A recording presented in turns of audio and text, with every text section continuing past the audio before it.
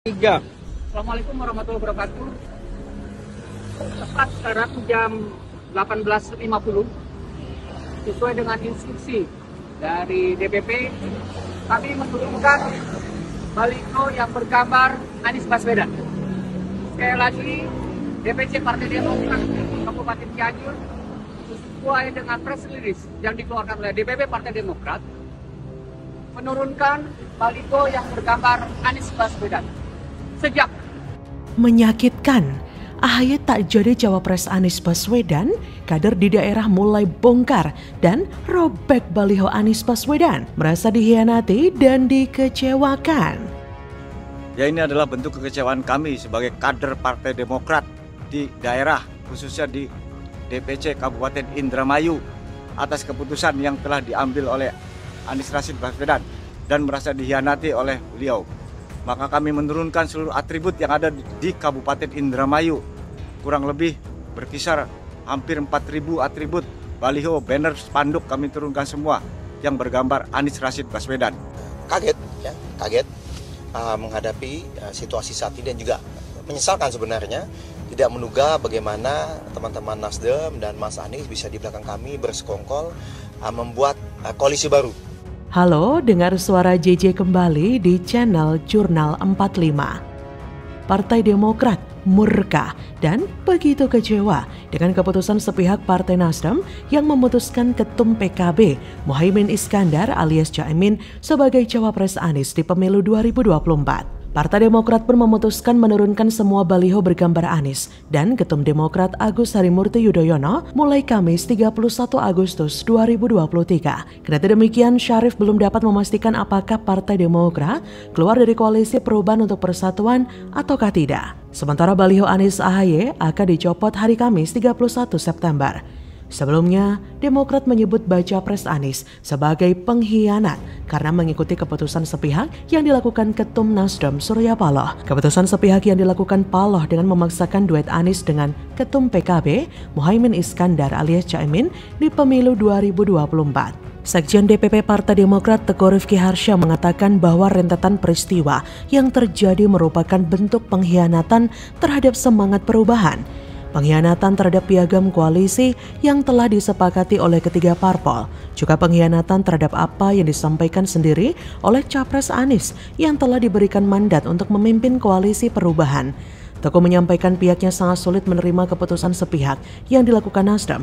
Ia mengklaim seluruh partai politik yang tergabung dalam koalisi perubahan untuk persatuan sudah mencapai finalisasi dalam penentuan cawapres Anies Baswedan.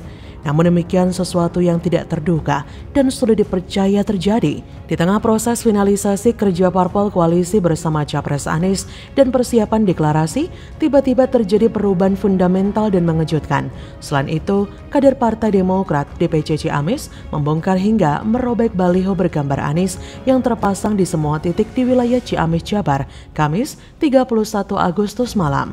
Aksi penurunan baliho bergambar Anies dilakukan DPC Partai Demokrat Ciamis karena adanya keputusan sepihak pasangan Anies Caimin sebagai baca pres dan bacawa pres di pemilu 2024. Lantaran kecewa, baliho tersebut pun dirobek oleh kader-kader DPC Demokrat Ciamis.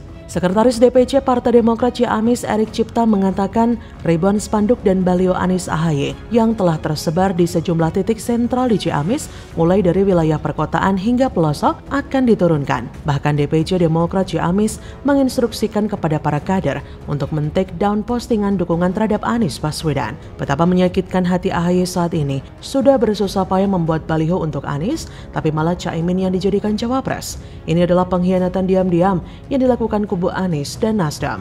Apes betul dan perih, meskipun tidak berdarah. Auto kena mental kalau begini ceritanya. Jadi sungguh terlalu kalau Demokrat masih mau mengusung Wan Abbas sebagai Capres 2024 karena secara tidak langsung harga diri ketumnya sudah dicabik-cabik oleh Anies. Bagaimana menurut Anda?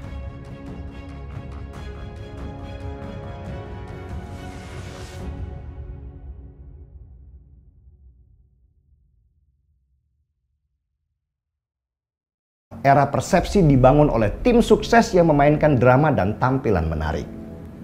Sedangkan Anies yang sempat digadang-gadang sebagai musuh besar, ternyata malah terus nyungsep ke dasar.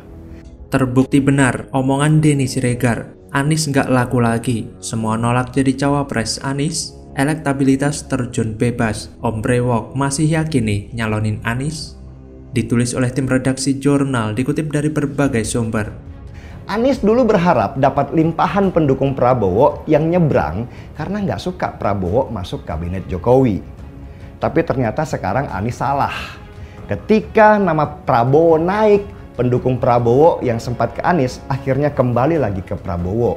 Karena mereka sudah mengira bahwa Anies nggak akan bisa maju Pilpres karena koalisi perubahan terlihat rapuh dan malah berantem mulu di dalam. Sepertinya kalau saya amati, nasib bakal calon presiden atau baca pres yang didukung oleh Partai Nasdem ini terlihat sungguh sangat-sangat memprihatinkan. Karena sampai sekarang, orang-orang yang didekati atau diajak untuk menjadi cawapres Anies Baswedan itu semua kompak untuk menolak, menghindar semuanya, kabur gitu. Halo, kembali lagi dengan saya Endra Caniago di channel Jurnal 45.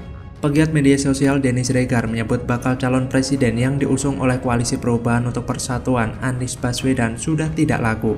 Hal itu diungkapkan oleh Denny Siregar lewat akun Twitter pribadinya yang menanggapi serangan-serangan dari pendukung Anies. Padahal Denny sudah tidak pernah membahas sosok Anies lagi. Hal itu disebabkan karena Anies sudah tidak laku. Pernyataan Denny Siregar itu tentu merupakan fakta yang memang tidak bisa terbantahkan. Terbaru, hasil survei Litbang Kompas periode Agustus 2023 kembali mengkonfirmasi tercecernya elektabilitas Anies yang tertinggal dibandingkan Prabowo Subianto dan Ganjar Pranowo. Dalam skema 10 nama, misalnya Ganjar mendapatkan 29,6%, Prabowo 27,1%, dan Anies 15,2%. Kemudian dalam skema 5 nama, perolehan Ganjar 31,8%, Prabowo 27,8%, dan Anies 15,6%. Sementara itu, dalam simulasi 3 nama, Ganjar mendapatkan elektabilitas 34,1%, Prabowo 31,3%, dan Anies 19,2%. Survei Litbang Kompas dilakukan dengan tatap muka pada 27 Juli sampai 7 Agustus 2023, melibatkan 1.364 responden di 38 provinsi yang tersebar di 331 desa atau kelurahan di Indonesia, dengan margin of error lebih kurang 2,65%.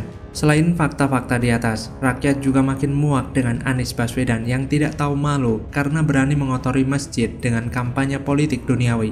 Rakyat juga makin muak dengan buzzer Anies yang salahin media online setelah serang pemerintah dengan data yang salah. Makanya tidak heran jika suara Anies makin anjlok di mata rakyat. Rakyat juga sudah cerdas, tidak mudah percaya lagi dengan pencitraan Anies Baswedan soal kesejahteraan rakyat. Rakyat juga sudah melihat sendiri bagaimana Anies menggebu-gebu ingin sekali jadi presiden. Padahal Nabi pernah berpesan jangan pilih orang yang haus jadi pemimpin.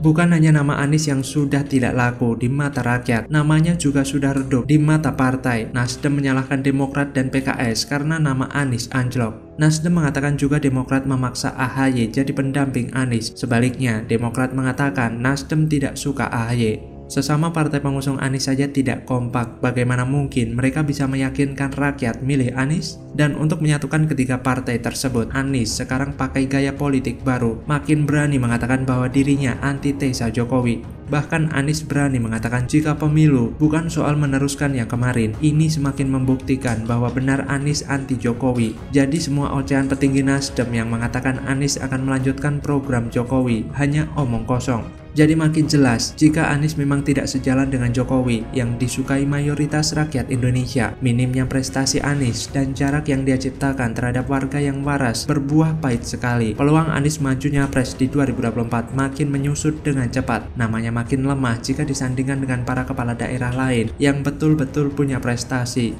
Alih-alih mengukir prestasi, Anies malah kebanyakan memakai jabatan ini buat kepentingan politis. Tanpa malu-malu, dia memanfaatkan jabatannya untuk memberikan tempat bagi para lawan politik Jokowi. Monas selalu tersedia buat kegiatan gerombolan kadrun, bahkan balai kota yang ditutup buat aduan rakyat malah dibuka Anies buat Amin Rais berkampanye menjelekan Jokowi. Akhir kata, apakah rakyat mau milih Anies yang tidak mau melanjutkan program Jokowi yang hasil kerjanya membuat 82% rakyat puas?